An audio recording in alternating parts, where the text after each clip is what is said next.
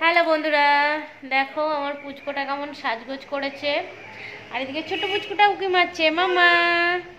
আমরা যাব এখন একটু ওর একটা কাকা বাড়িতে একটুখানি ঘুরতে। বিকাল হয়েছে, মেয়েরা যে স্কুল থেকে এসছে, প্রায় পড়া নেই, পড়াটা ছুটি আছে, ম্যাডাম বাড়িতে নেই। দেখো একজন কত কথা বলছে। সোনা মা বলে দাও তো একটু টাটা। হ্যালো হ্যালো, তোমরা কেমন আছো?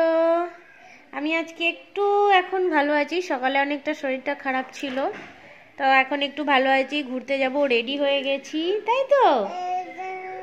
এই যে দেখো পেন দেখাচ্ছে তোমাদেরকে, বলো আমি এখন একটু যাব ঘুরু করতে মায়ের সঙ্গে, দিদির সঙ্গে।